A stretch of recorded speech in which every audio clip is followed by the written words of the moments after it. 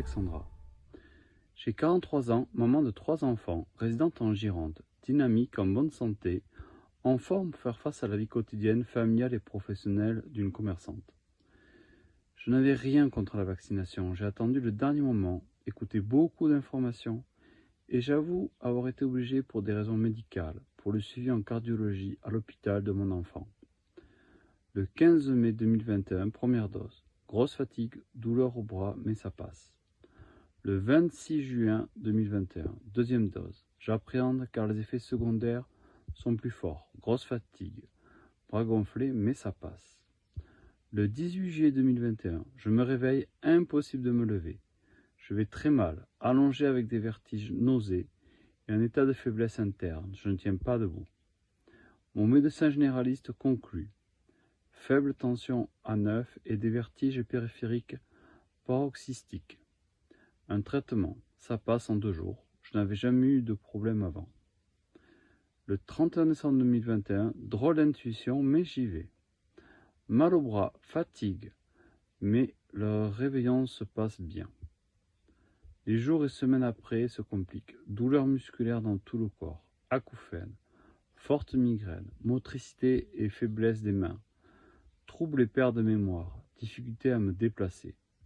Cet état de santé se dégrade si vite, m'inquiète. Je consulte mon généraliste le 10 janvier 2022.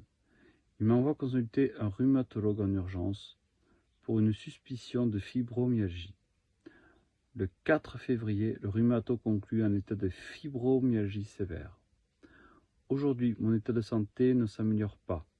Je suis très affaibli, des douleurs sont continues et parfois difficilement supportables. Mes jambes, mes pieds me brûlent, l'équilibre est compliqué. Je dois me déplacer avec une canne pour ne pas tomber. Les acouphènes, les migraines, les douleurs musculaires du corps, la fatigue, l'épuisement, un lourd traitement médicamenteux sont désormais mon quotidien. La consultation ORL conclut que j'ai beaucoup perdu en audition. Je suis maintenant handicapé et je dois être appareillé. Le choc est terrible à 44 ans.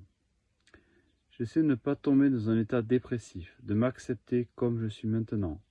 Accepter une diminution de mon état de santé aussi brutale. Accepter que je suis handicapé, que je ne peux plus travailler comme avant. J'étais entrepreneur, j'ai fermé ma boutique du jour au lendemain.